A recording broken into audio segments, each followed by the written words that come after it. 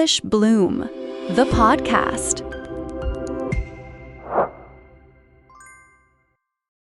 Have you ever spoken English perfectly, but still felt something sounded wrong?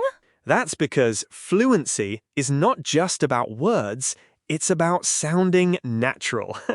Maybe you study a lot. You know the grammar.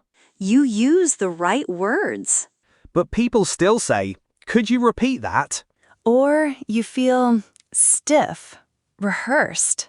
You translate in your head. You speak slowly. You overthink every sentence. Today, we fix that. Today, we train you to sound natural. Don't just listen. Notice how real English flows. Imagine people reacting to your English with, "Wow, you sound so comfortable." Not perfect, comfortable. And one thing before we start, speak like a native does not mean lose your accent. It means you sound comfortable. It means you sound comfortable, not relaxed, and you don't need perfect English. You speak without that heavy pause and panic. You use real, everyday English, not just textbook sentences. You're listening to English Bloom, the podcast, the space where real conversations build real fluency. If you're serious about sounding natural in English, hit subscribe. Join thousands of learners who are training a new way of speaking. Not classroom English, conversational English. If that's you, pause for 1 second, subscribe, and then come back. We're going deep today. All right, let's start with the truth. Most English learners are stuck in the same loop. You learn new words, new grammar rules, more and more. But when it's time to speak, your brain suddenly freezes. Because you're trying to build a perfect sentence, word by word, and that's heavy work when real conversations move fast. Fluent speakers don't build sentences one word at a time, and that's heavy work when real conversations move fast. They speak in thought groups, little meaning blocks, short pieces that fit together. Like, you know what? Or, "I'm not sure about that." Or, to be honest with you. Let's try a quick example. I'll do a textbook line, and Olivia will do the natural version. Olivia? Okay, I am very sorry, but I cannot attend the meeting because I have another engagement. Hey, I'm really sorry. I can't make the meeting. I've got something else. See? The first one is correct, but it feels like a formal email. The second one is simpler, shorter, but it sounds like real life. I want to tell a short story. I had a student. She knew so many words. She could write complex ideas with ease.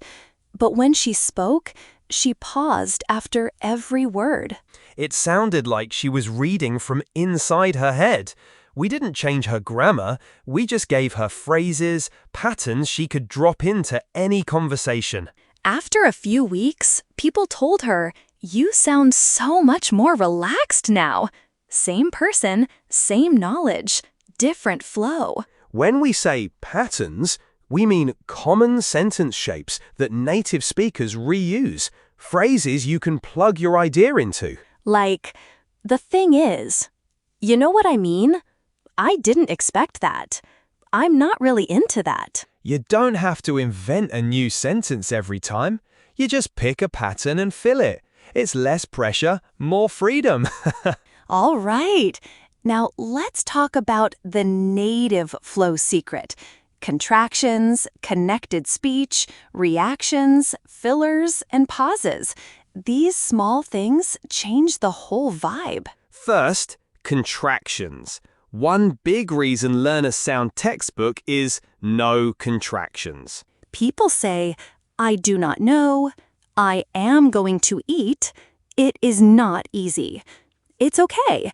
Grammar is fine, but it doesn't sound casual. Natural English usually sounds like, I don't know, I'm gonna eat. It's not easy. It's okay. Grammar is fine, but it doesn't sound casual. Try this with me. I am not sure I can do that. Now, I'm not sure I can do that. Feel the difference? You don't need to explain every contraction rule. Just hear the sound and try it aloud often. Your mouth will get used to it. Connected speech. We glue words together. We don't pronounce every single word separately like in a textbook. We don't say, "What are you doing?" We say, "What you doing?" or "What are you doing?" Not, I want to go. More like, I want to go. Not, I am going to see her. More like, I'm gonna see her. You don't have to copy slang, but hearing this rhythm helps your brain feel natural English. It sets your internal soundtrack. Now, reactions. Tone, not just words. The same word, different feeling. Listen. Really? Flat. Really? Surprised. Same word, completely different vibe. That feeling is what makes you sound alive, not like a robot. Like. Many learners fear them. But in conversation, native speakers use them to buy time, to signal thinking, to soften statements. Used sparingly, they make you sound human. Example, I think this is not the best idea. Very formal, I don't know. I feel like this isn't the best idea, you know? Fillers give you half a second to think. They're better than a long, awkward silence. Which brings us to pauses. Silence is not the enemy. Awkward silence is. Pauses, that's the trick. Instead of pausing in the middle of a word, pause at natural places. I think that maybe it would be better if we... I think that maybe it would be better if we try something else. Try something else. Small groups, little chunks. Breathe. That's the rhythm of real speech. Okay, now a big one. Stop translating. If you're still translating from your language to English, this part is for you. Translation is heavy. Your brain does double work. Think in L1, convert to English, check grammar, then speak. By the time you finish, the conversation has moved on. Translation is heavy. Your brain does double work. Think in L1, convert to English, check grammar, then speak. By the time you finish, the conversation has moved on. That's why we're talking about natural English. Relaxed. You don't need perfect English. Instead of, in my opinion, this proposal has several disadvantages that we should carefully consider. Say, I don't love this idea, or I see some problems here. Instead of, I would very much like to improve my speaking skills because I feel insecure. Try, I really want to get better at speaking. I don't feel confident yet. Simple English spoken smoothly sounds more native than complex English spoken slowly. Tattoo that line in your brain. Let's do a tiny live example. I'll pretend to translate. Okay, in my country, we have a holiday, and in this day, we, how do I say, celebrate? Now, try this. We have a holiday in my country. We celebrate family. We eat together. It's my favorite day.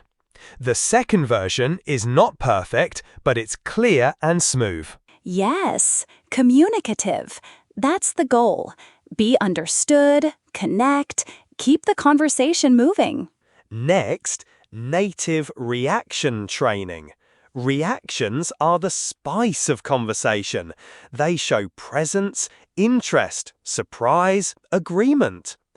A lot of learners answer questions, but they don't react. So the conversation feels flat, like a Q&A, not a real connection. Native speakers use short, automatic reactions all the time. They're powerful. Train a small set and use them everywhere. Here are some core reaction phrases to collect. That makes sense. No way. I didn't expect that.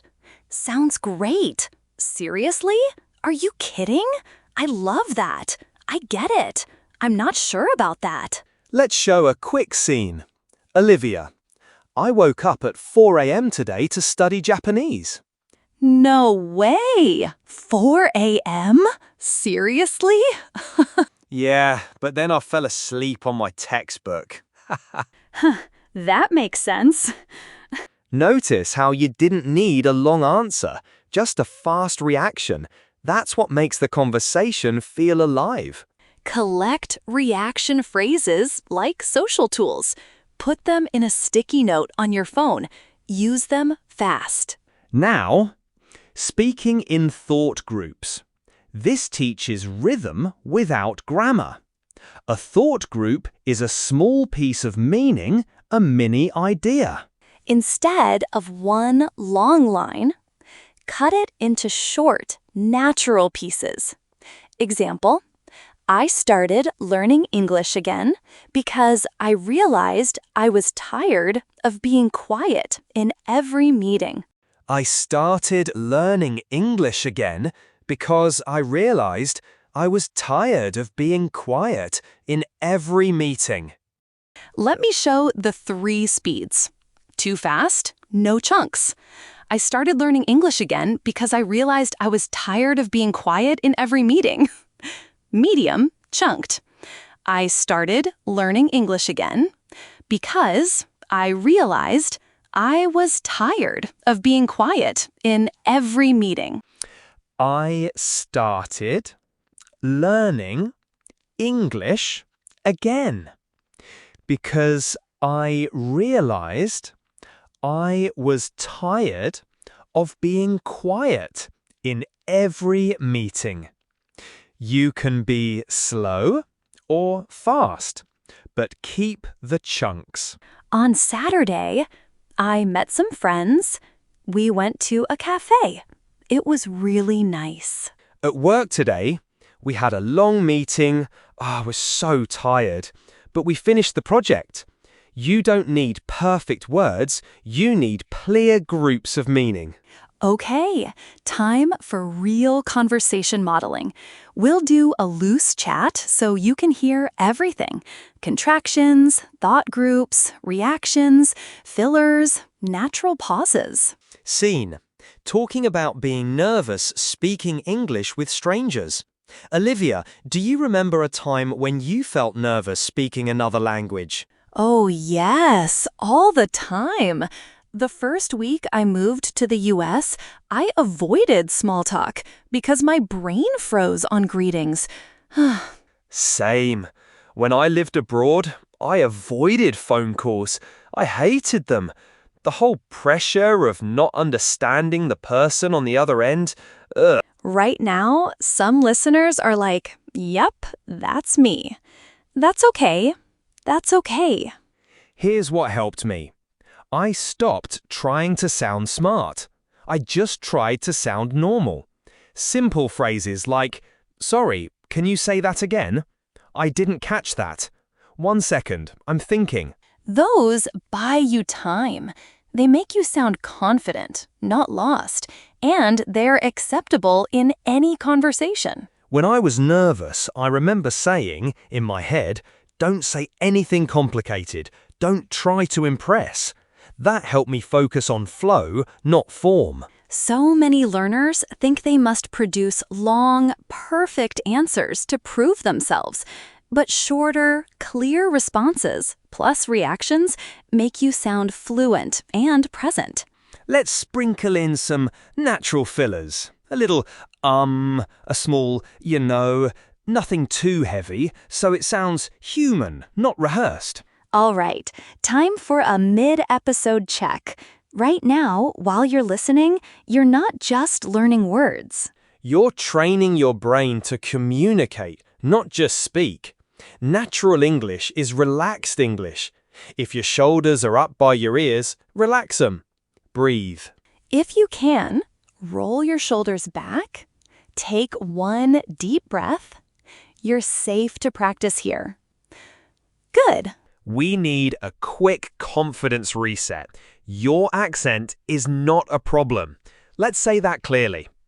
You don't need a native accent to sound natural. You need clarity. You need confidence. You need flow. Some of the best English speakers I know have strong accents. People love listening to them. Your accent is part of your story. Keep your accent, add rhythm and patterns on top. That's the combination that feels both authentic and clear. Okay, micro practice time. If you can speak out loud right now, join us. If you're on a bus or train, whisper or practice in your head.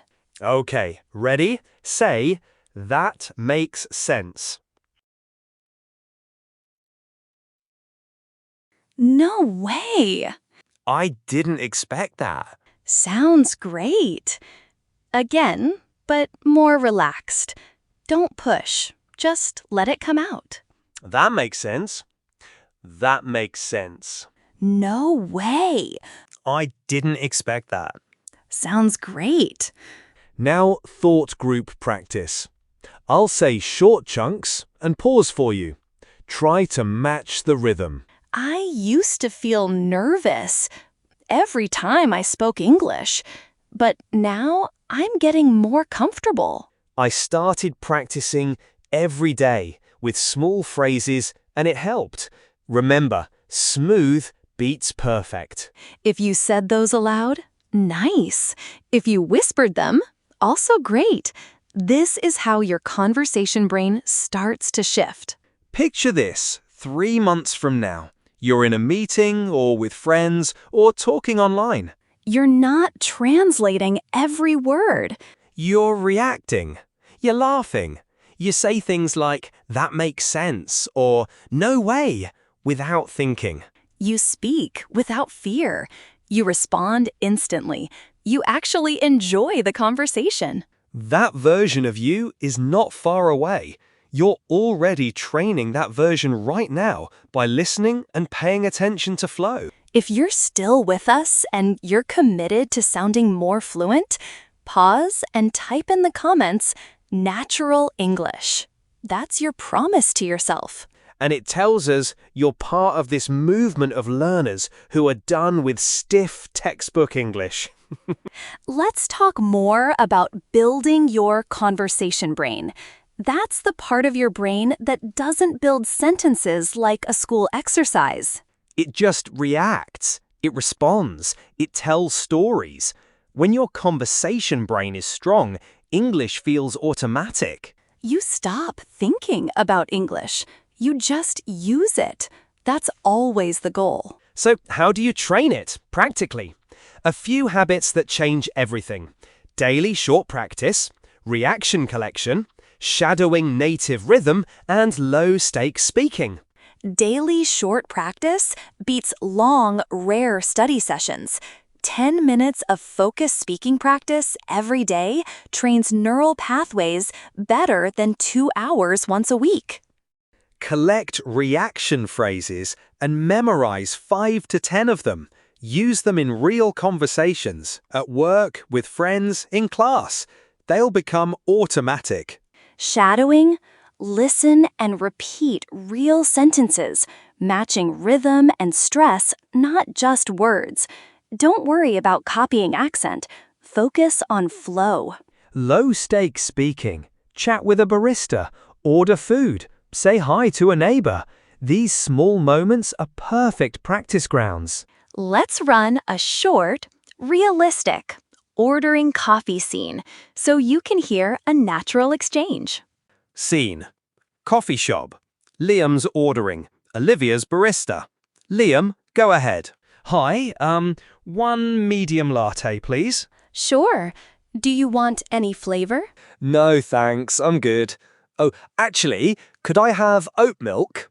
Of course. Oat milk latte. Anything to eat? No, that's it. Thanks. How much is it? It's $5. Here you go. Thanks. We'll call your name when it's ready. Notice the small reactions. No thanks. Oh, actually, short, natural phrases, not long, rehearsed speech. If you practice scenes like that, you'll see huge change in low-pressure daily talk. Before we move to the final practice, one tiny myth we must bust. More vocabulary alone won't fix fluency. You could know 10,000 words, but if you can't pack them into smooth thought groups and reactions, conversations will still feel hard. So focus on how you use words, patterns, not isolated vocabulary. That's the efficient route to naturalness. Final practice. A slightly longer exercise to bring it all together. If you can, speak out loud. I'll set the scene and give pauses. Scene. You're meeting a new colleague in a casual setting. You want to make a good impression, but also be relaxed. Hi, nice to meet you. Pause. Hi, nice to meet you. So, what do you do? Oh, that's interesting. I didn't know much about that. Share a short thought group. I work in marketing, but I really love creative projects. Ask a light question. How long have you been doing that? No way! That's great! Wrap up. It was really nice meeting you. Let's keep in touch. Remember, small reactions, short chunks, contractions were natural. If that felt doable, that's excellent. If it felt hard, that's normal. Keep practicing the small pieces and repeat the exercise. We promised practical tips. Here are 3 simple actions you can do this week. 1. Record 2 to 3 minutes of yourself speaking on a simple topic every day. 2. Collect 5 reaction phrases and use them in real conversations. 3. Shadow 1 short clip of native speech for 5 minutes daily. Match rhythm and stress, not every word. If you do those 3 things for a month, your conversation brain will change. You'll notice less translating, more instant responses. Before we close, one last identity reminder. You are not trying to become someone else. You're becoming a more confident English speaker. Confidence is what makes speech sound natural. If this episode helped you relax and see English differently, make sure you subscribe. Share this with a friend who's scared to speak. Practice reactions together. Try the micro-practice exercises we did. And remember our belief, you don't need perfect English to sound fluent. You need real English. Your English, spoken with comfort and flow. One last line to carry with you. Simple English spoken smoothly sounds more native than complex English spoken slowly. Say it in your head now. You've got this. See you next time on English Bloom, the podcast.